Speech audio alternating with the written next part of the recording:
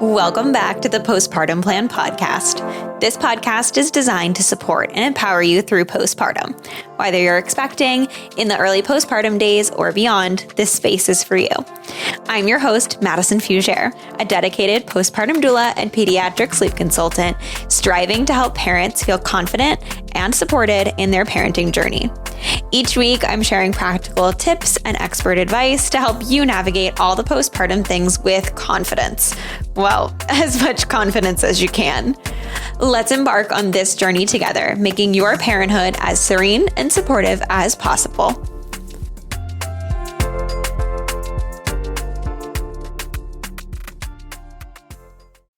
Marissa is a full spectrum doula, childbirth educator, and photographer supporting families in Boston, the North Shore, Merrimack Valley, and the seacoast of New Hampshire. Marissa came to doula work after she started her career in practice management in global and community maternal health and human rights. As a doula, she practices from a trauma-informed lens and has come to specialize in supporting folks through infertility as they try to conceive, and pregnancy and postpartum after infertility and loss. She has crafted and taught workshops for doulas to support those who are going through infertility and beyond, and also teaches classes for clients on what to expect during fertility treatment, pregnancy, postpartum, and all that experiences. Marissa has experienced 2 losses before going through IVF, and she welcomed her adorable little twins in April of 2023. So I'm so excited to have her here today. Thank you for joining me. And I think that this is going to be such a good topic, such a good episode, lots of information. I can't wait. I'm so excited to be here. I really appreciate the opportunity to talk about this because I think that there's so much information for, what you should be doing and what kinds of support that you can be lining up postpartum. But this is a very specific piece. And I think that it definitely applies to more people than we realize, but it's not as talked about. So I really appreciate having this platform to be able to share it. So thank you for making that possible.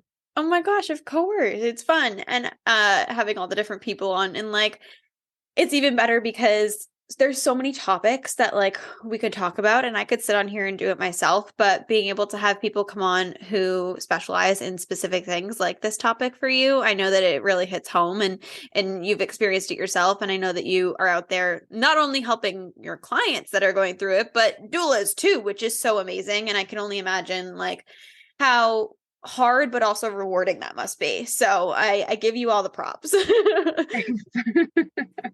So before we kind of dive into all the nitty-gritty details, do you want to tell everybody about yourself, about why you're so obviously passionate in this topic, and kind of what drove you to really be able to help not only clients but postpartum individuals and stuff like that with this topic as well? Sure. I mean, I really appreciate the phenomenal intro that you gave. I feel really a little humbled and a little embarrassed about it. But yeah, I came to doula work after starting my career in global health and human rights. I've always been really interested in both the ethics and also the logistics of who gets to have what we would consider to be a quote unquote healthy birth experience, not just from a clinical standpoint, but also from a mental health component as well. And really making sure that somebody feels like they were seen, they were heard, they were validated. And I think that those are all things that we say, but do we really mean them? And all of those things look so different for each person. And so a few years ago, I decided that the time was finally right for me to become a doula myself. And a few months after that, once I started attending my first birth, that was actually 2 days after we had started the process of miscarrying ourselves. And so to be at my very first birth as a doula, while also having my very first loss, trying to build my own family, was pretty jarring and pretty transformative at the same time. I think you really nailed it earlier as far as the rewarding piece and also the really challenging piece. And I think that that's probably true for a lot of my early on doula career so far. But it is the best work possible. And I think that a few months after I started really practicing what I would consider to be full-time, I started realizing that most of my clients had gone through infertility or loss or both. And I then started really intentionally trying to find those clients because I realized that for this work to be sustainable, I really wanted to enjoy who I was supporting. And I also felt like I could be making more of an impact by using my personal experience of then 2 losses ourselves and then going through IVF and infertility treatment to really have that solidarity with my clients, but also recognizing that my journey is, of course, going to be different than theirs.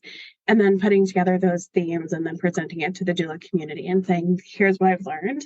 I hope that maybe some parts of this can be helpful for you as you go on to support your clients. And now at this point, I've been to just under 80 births and I've been doing for about 2.5 years. And I would say about 75% of my clients have experienced loss, infertility, or both. Yeah. I think that with doulas specifically, I mean, I wish more people knew about us. I wish more people, knew that not just birth, but postpartum support was available. And in that also, I find that a lot of the clients that I get, and I think clients as a whole, most of the people that, know about doula work and know about doula support are people who are not later in life, but typically we get, the quote unquote older parents. Granted, I feel like the whole birth community and hospitals are considering old, quote unquote, for birth so much younger now. For sure. But I mean, I have been doing this full time for a year now, and I would say 90% of my clients or maybe just a little below that, almost all of them have been through some sort of fertility struggle, whether that be that they did have IVF babies or they experienced just a struggle to get pregnant. And I find a lot of that happens because these parents and families that we're working with are often a little bit, have to wait a little bit longer to have children. They're a little bit more affluent. They're able to support and, not support, I'm sorry, want to hire doulas, I guess. I'm trying to find all the right words to say today. I'm like at a loss for words. But no, I think that it is so true that a lot of the clients we work with, I find do have these kinds of struggles. So it's really nice to know that you're able to, share so much information and ways to support these families and help them through like what could be a really, really difficult time too. And now, did you help with a lot of fertility kind of families as clients before you started helping with the like perinatal community to understand the whole process, or did you kind of do them simultaneously or one before the other? Yeah, so great question. So before we get into that, I just want to comment on, I think that it's definitely the age and socioeconomic status for sure, and also recognizing that there is such an opportunity for a trauma, unfortunately, through the process of trying to get pregnant or staying pregnant, Yeah. which was our issue. We were able to get pregnant, but couldn't maintain a viable pregnancy. And so I think that when you've gone through those layers and, obviously it's up to each family to discern whether or not they would consider it to be traumatic or not, I think that there's still something to be said for going through how hard it is and also recognizing that you do need extra layers of support. And so it's worth the investment. And so even if you do have to figure that out, even if it's not something that's readily available, I think that folks who have gone through infertility or loss have this other appreciation for making sure that they are able to build in that support because it is such a sensitive time for them. As far as the teachings go, I think that it was sort of a both and situation. I was definitely supporting clients who were going through this beforehand, and I just sort of recognized, okay, I'm hearing these commonalities, so there should be somebody that's putting this together and sharing it. And I also then realized that we shouldn't just be waiting until somebody's pregnant to be providing support to them. There is an opportunity to be providing support to them as they're going through the infertility treatment themselves. And then it can be this continuity of support, just as much as we would want continuity of care when somebody's pregnant and then receiving postpartum support as well. So why shouldn't that start before conception, especially if Right. we know that it could be a long journey? Mm-hmm. And we even did that ourselves. So we actually found the person who we knew was going to be the best fit for us as a birth doula, and then said, hey, like, this is what we're going through. We have no idea how long it's going to take until we get to that point, but you're the person that we want present. And we'll teach you along the way as we're learning ourselves too. And so it was great. So our doula was literally in the room when we got pregnant. And then She was also in the room when we welcomed our twins. And that's been pretty spectacular. And it's been pretty cool, doula to doula, to also reflect on that experience as well. And I hope that at least for a little while, she can't say that she was in the room at both ends. Oh my gosh. That's so funny. Because, right. Well, you said that out loud, and for a second I was like, Marissa? But then I was like, nope, that makes total sense. Yeah. Oh my God. No, But that's so cool. And that's an amazing experience that you probably wouldn't, if it wasn't a doula to doula experience, you probably wouldn't have gone absolutely. through. Right. And I think that it's so cool because there's so many needs for so many different doulas. And before I got into this field, I knew birth doula work was a thing, but I had no idea postpartum doula work was a thing. And like now that I've gotten into it more and I'm seeing all of these different aspects of, specific things that people are being able to help clients with. And, I even did back on episode 3 of the podcast, I had Shannon come on and she talked about like bereavement doula work, which when you were like, oh, we're going to talk about like, this kind of topic, I was like, oh, they kind of connect in some and she's ways. the best. Oh, She's really phenomenal. Yeah. And so I was really excited because I think that both of them are topics that sometimes are tricky for people. But it's also topics that can often make you feel so extremely like alone and isolated. So it can be so great to know that you're not alone and to, that other people are feeling in the same way so that you feel like you're not, going crazy for feeling a certain way. Yeah, and I think that that brings up a really good point too, just to, segue into something a little bit different, is definitely talking about the very real feeling of grief as you're going through pregnancy, when you've experienced either a really challenging time to get to that point through infertility or loss. I think that oftentimes something that I see is this feeling of, being stuck because you want so desperately to be happy and to be joyful and to celebrate and to find this relief of, oh, I'm pregnant, and, hoping that this pregnancy is going to be different than the other ones, and all of these things. But then also being really trapped sometimes by the overwhelming sense of anxiety of, well, what if this pregnancy isn't different? Or what if it is, but not in the way that we had hoped? And that can be really difficult for folks. And I think it can also be really challenging for people around them. And I really wish that we probably did better as a society as far as either just respecting that we don't know what people are going through, or very intentionally trying to show up and support them in whatever way we need. But we sort of do this middle of the road thing that sometimes ends up being a little bit more triggering than what we are intending. So an example of that is, oftentimes we'll sort of make small talk with people about reproductive plans, which I just sort of cringe at overall. I think that in general, you should never ask somebody what their plans are, Right. unless it's your partner, and then you should know what those are. Right. But aside from that, it's really challenging, and I even went through that myself. Every time we went to the hospital for a non-stress test, especially in the later months and weeks carrying twins, we certainly went plenty of times. And so often nurses at the hospital would say things like, oh, are these your first? Or you must be so excited, or the grandparents must be thrilled, or something along those lines.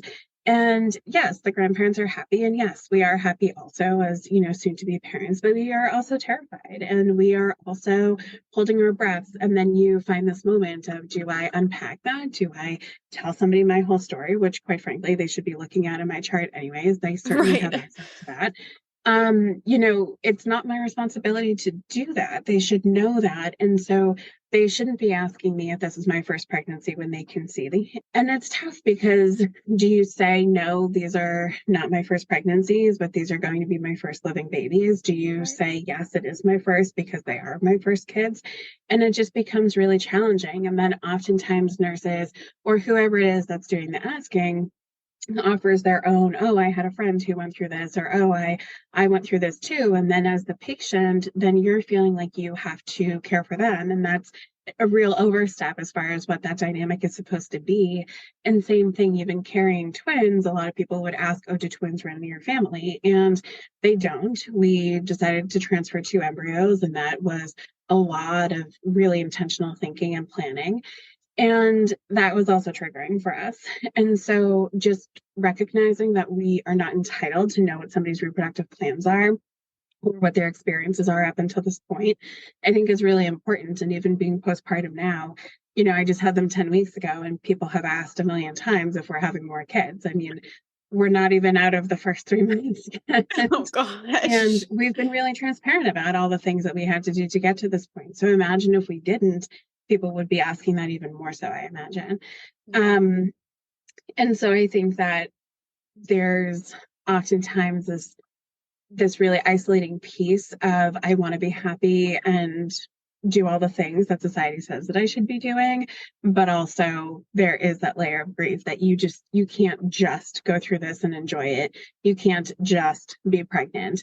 You have to be pregnant and worrying.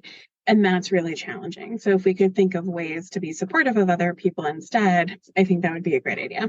Yeah. I mean, two things popped in my mind when you were saying that. First being this idea of like, when you're out and about and somebody's like, "Oh, how are you?" And your instinctual reaction is like, "Oh, I'm good. How are you?" Like you Mhm. just instinctually respond, right? Like, are you good? Probably not. Like, are you going to trauma dump on this person? Probably not. But like, it makes me think very much of that same kind of idea of like, you know, don't ask people shouldn't be asking a question if they don't want the answer, right? And like, Exactly. although you're trying to be so kind and so sweet about, oh, aren't you excited? Oh, aren't the grandparents excited? Like, you don't know what people are going through. And so it can be really hard. I think that as society, like you said, that's definitely something that I think we need to work on. But, it's something to be even more aware of, those of us who are in this kind of like field that are working with pregnant people or people postpartum frequently, or if not all the time.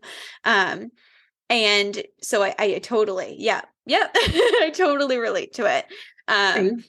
so, I mean, yeah. I mean, I think that kind of like pulls us right into what kind of my first question for you is going to be, which is obviously there is this anxiety provoking feeling once you're pregnant, right? And similar to what you said, it's this both and, right? I'm feeling, super happy to be pregnant, and I'm allowed to also feel this conflicting feeling of pure anxiety, I'm sure.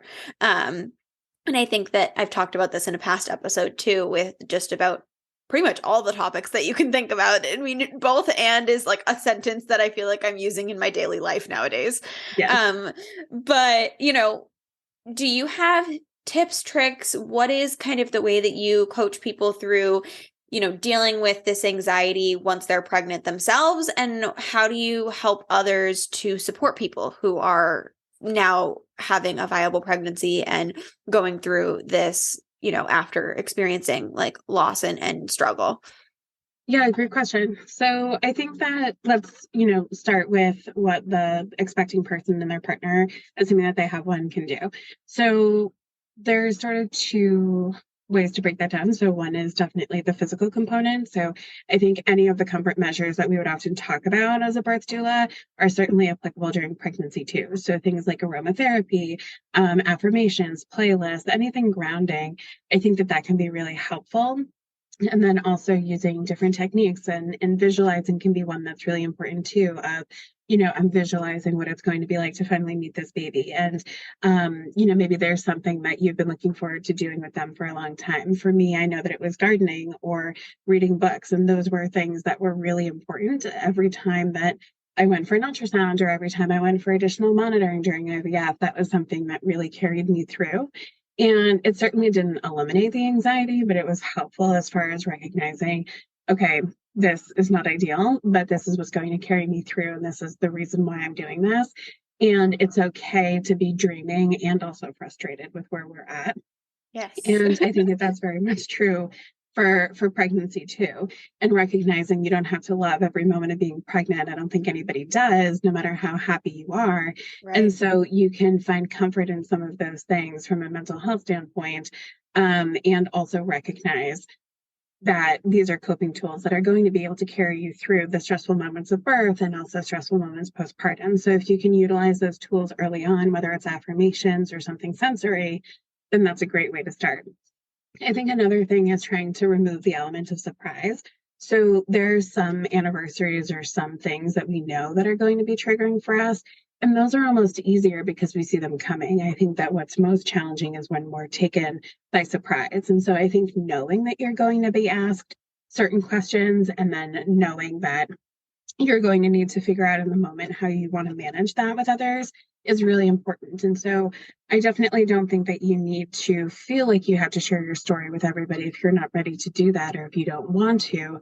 But I do think that it's important to recognize that it's okay to have boundaries in place and also to know that you may feel certain things at certain points. So, for instance, it's not uncommon when people are going through infertility to have heightened anxiety after they've graduated IVF or their infertility treatment around the 6 week mark, but then they're not able to see their OBGYN or their midwife for another 4 to 6 weeks. And so that can be a time of really high stress. And that's also the time where the likelihood of miscarriage is highest and the time where pregnancy symptoms, are coming and going. And that can be really difficult mentally, as well as how common subchorionic hematomas are, which cause bleeding. And they're very common with IVF pregnancies, but it also can be really triggering for somebody who has gone through a loss. And I think that there's then a source of comfort when you start going to your practice for prenatal care regularly. But then that anxiety starts to peak again when you're heading into the weeks leading up to the anatomy scan and not knowing, what are the results going to be. And then after that goes well, then the anxiety goes down, especially when you're starting to feel consistent movement. But then the anxiety sort of peaks again when you're going through all of, the quote unquote milestones as far as maternity photos and baby showers and nesting and maybe then baby's starting to move a little bit less because there's less space for them. And so then you're wondering, okay, well, now I'm even further along than I ever have been before. And it would be even harder if something happened. And so oftentimes I see people holding back their ability to experience joy because they think that if they are too excited, then they're going to jinx something. And logically, they know that that's not how it works. But in the moment, it feels like if that's something you can control, then you should. And so the way that the person who is expecting and their partner can help manage that anxiety is knowing, okay, this is probably a timeline of when I'm probably more likely to experience heightened anxiety. And what can I do to buffer and support, whether that looks like therapy or support groups or, just being around other people who sort of tend to, sort of fill the cup, so to speak, instead of emptying it. And I think that for other people, I think it sort of depends on whether you know that somebody's going through something challenging or if you don't. I think, to be honest, we should just sort of assume that everybody comes to something with some kind of trauma from somewhere. And so we should just at baseline be practicing with some TLC, Right. which I think sounds so basic and obvious to say, but is somehow still necessary to say. And so I think just trying to be respectful of what you do or do not know, but not assuming that you know everything. And then being vulnerable and just saying, I want to be supportive of you. I don't know what that looks like. So feel free to tell me. And yes, that might create some work up front for the expecting person and their partner, but it's going to be a lot easier for everybody if you ask that question and maybe are given a list or some type of visual to say, here are the ways that you can help, instead of, you trying to figure out the right thing to say, but then maybe having an oops. That was accidental, but still harmful. And I think also recognizing that the feelings do not go away once the baby gets here. And that's something that is definitely not talked about enough.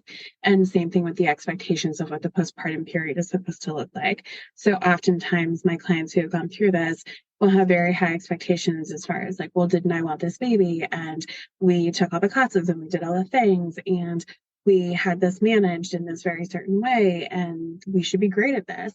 And that's not how it often unfolds. And so being kind to yourself and being able to give yourself permission to prioritize whatever you need to get through this while protecting your mental health is okay. And I think that if more people were able to do that for themselves, then we'd have a very different postpartum period overall. Does that make sense? Oh my gosh, so much sense and so true.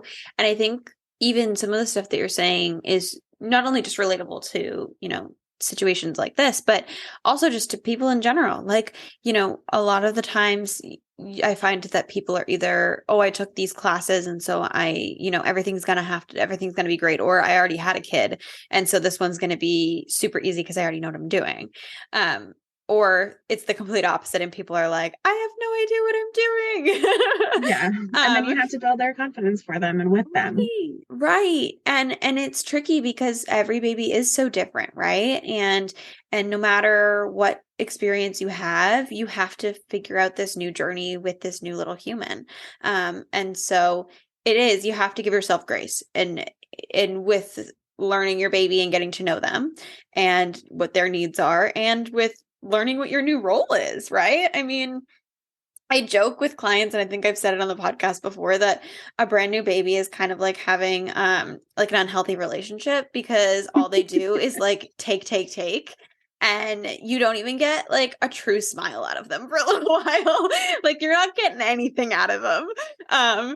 One of my clients the other day and I were joking, and she's like, I feel like internally baby's probably looking at me and being like, feed me, peasant. Like and so I joke, right. And so it is so tricky to navigate that, especially at the beginning, figuring out like what your role is and what works for your family. It can be a lot, and it can be stressful for people who are planners or type A people who want to just be able to do everything right from square one, right?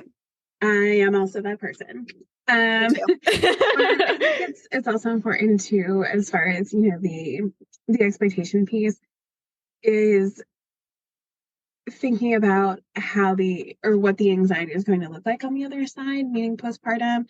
I think that, I mean, I definitely did this myself too, where I was like, well, you know, once they're here and I can just see them, then it'll be fine. And I will say that I have never had my anxiety be so low as it has been, you know, in the 10 weeks postpartum, than, you know, what it was like in the 2+ years of, you know, just getting to this point with them. But I can also understand in a different way my clients who then have heightened anxiety postpartum of, you know, is this pacifier clean enough? Is this bottle the right one? Like all of these things that seem like really big decisions that, you know, from the outside perspective are not, but feel like they should be, because I mean, everybody wants what's best for their baby, of course, Right. but especially when you've gone through so much to get to that point, then I think that a lot of times clients who have experienced this then have this anxiety of, well, now I need to make sure that I'm doing the best thing to give them everything that they can and deserve, and all of those pieces, but it's at the expense of the parents' well-being in a way, because Right. then they end up being so nervous about all of the what ifs now that they're out, instead of the what ifs while they were still inside. Does that make sense? Yeah. And I think that truly connects to, you know, people are more aware and more understanding of the idea that there is postpartum depression, right? And people are starting to become a bit more aware of like, okay, what's the difference between baby blues and postpartum depression? Granted, we say that we know, but then when people are experiencing it, they feel alone. And so they don't know what to look for. But I think that there's something to be said for the postpartum anxiety too.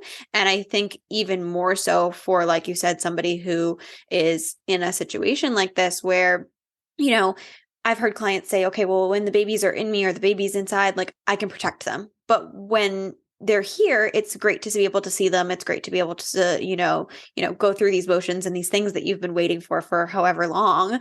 But at the same time, it, in a way, I'm sure is harder to feel like, okay, I can't protect them the same way that I was, right? And just like you were saying, right, is this pacifier clean enough? Is this bottle like too warm? Are they freezing? Are they sweating? Do I need an extra layer? What if they roll over in their sleep randomly and they haven't done it before, right?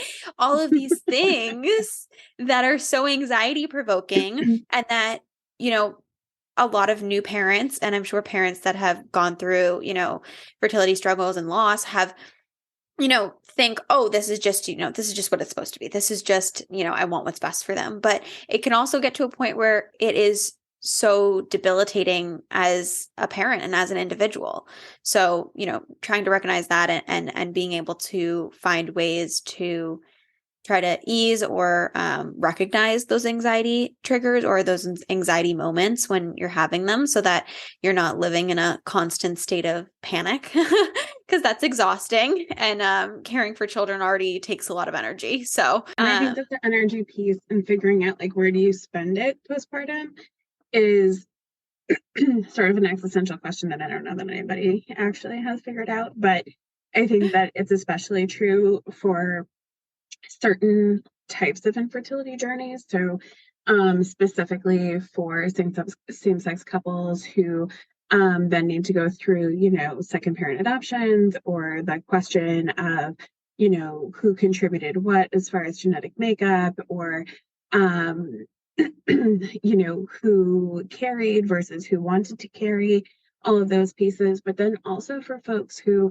are hetero-presenting and who may not be asked the same questions, but also have really difficult journeys beyond sort of I don't even want to say standard infertility process because there's so much variation, but Right. as far as, somebody who might need to utilize donor egg or donor sperm or donor embryos, and then being able to figure out, who do we tell those things to, and when do we tell them, and when do we tell our child this, and what are their reactions going to be, and do we, end up having that choice taken away? So sometimes somebody might decide, okay, I'm going to tell them once they're X number of years old, but then for a medical reason it comes up sooner. Or how do they even receive care during pregnancy, birth, and postpartum?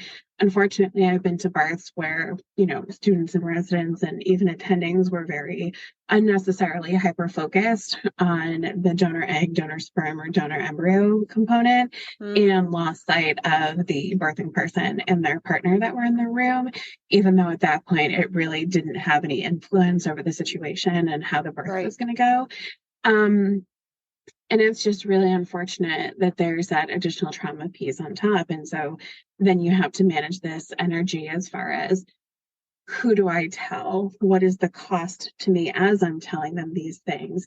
What is the anticipated benefit of maybe having this in the open?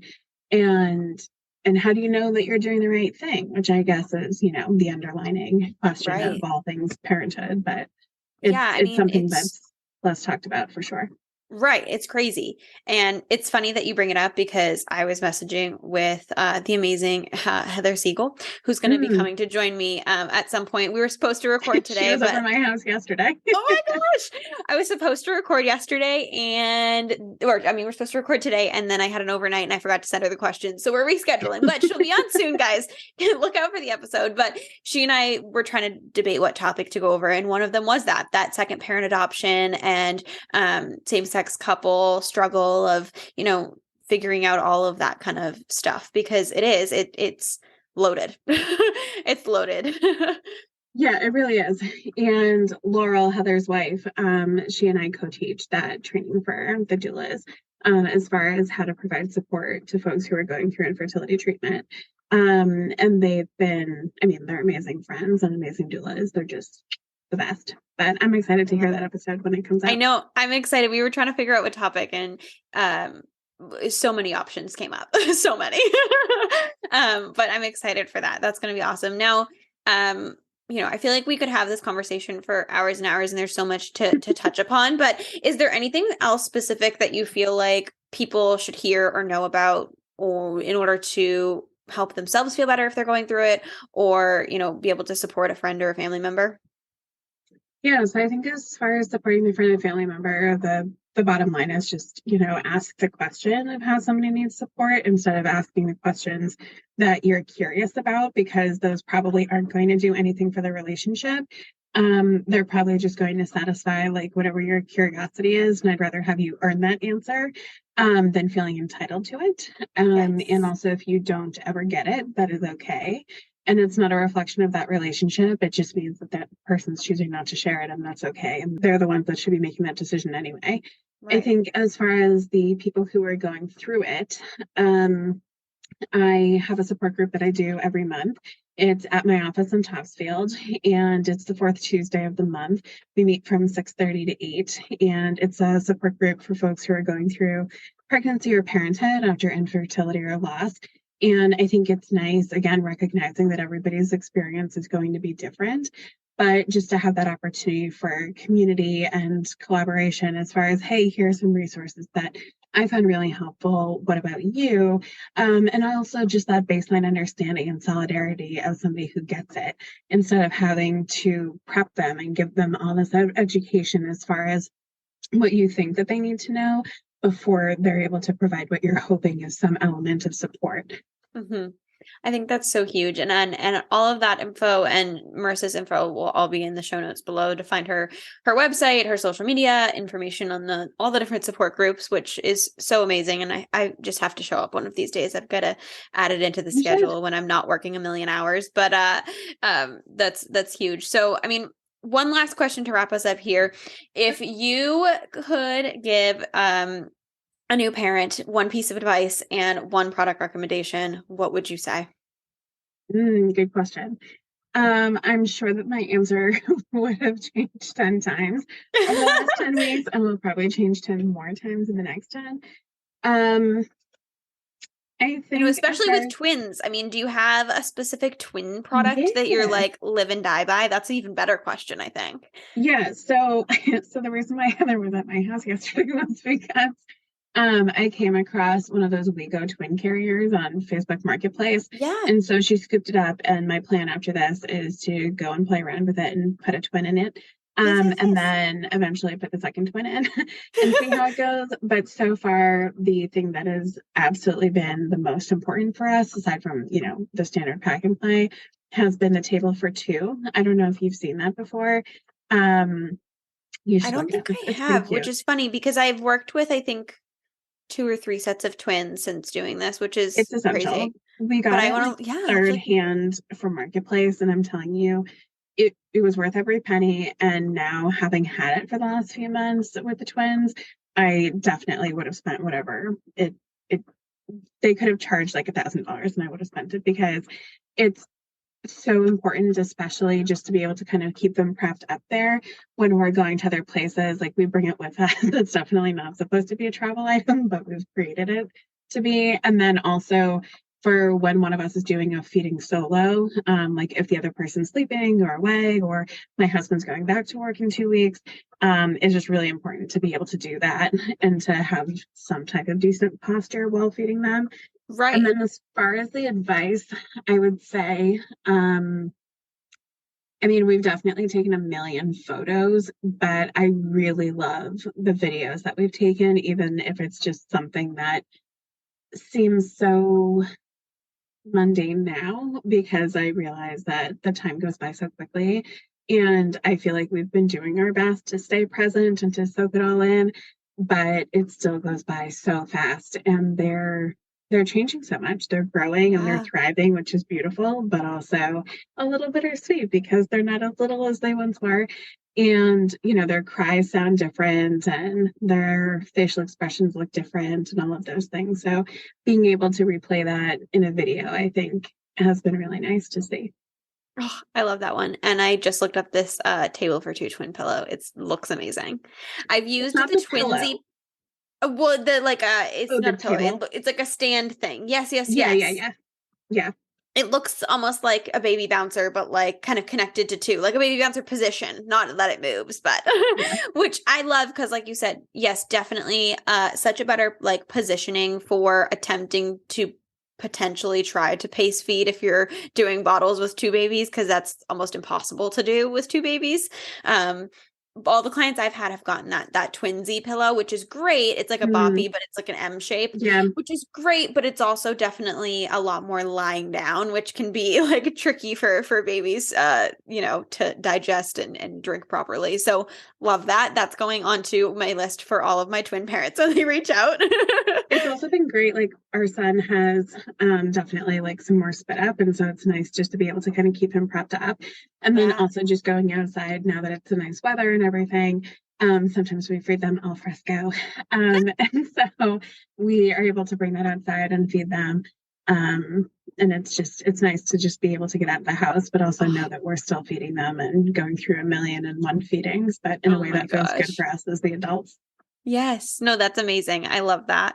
Well, thank you so much for joining me. I think that, like I said, we probably could have talked about this for hours and hours, but got a little bit of information out there, and I'm sure that I will request your presence back and we can dive into I another love that. aspect of it all. I love that. And you're welcome to pop by a support group anytime. Thank you. Have a good one. Thanks, you too. Thank you so much for tuning into the Postpartum Plan podcast. I hope that today's episode brought you support, relatability, and valuable insight. Remember, you're not alone on this journey. If you enjoyed the show, please subscribe and leave a review and share with any of your prenatal and postpartum friends and family. Your feedback helps us reach more parents seeking support. And if you're looking for additional resources, please feel free to connect via Instagram at Serene Moments Doula for constant information, tips, and tricks, or check out my website, www.serenemomentsdoula.com. See you next week.